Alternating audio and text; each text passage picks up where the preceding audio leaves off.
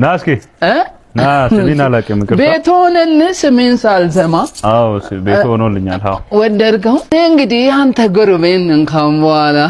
ጎረቤት እንኳን አንሆንም። ቤቱን ይፈልጋለሁ። ከሰል ነው የማስቀምጥባት ቤቷን። ስለዚህ ትለቅልኛለህ የኔን ቤት? አዎ። እቺ ምን አሁን ከሰል ነው ወይስ እኔ ይሻላል? አይ እንግዲህ ቤቱን ይፈልጋለሁ አልኩ።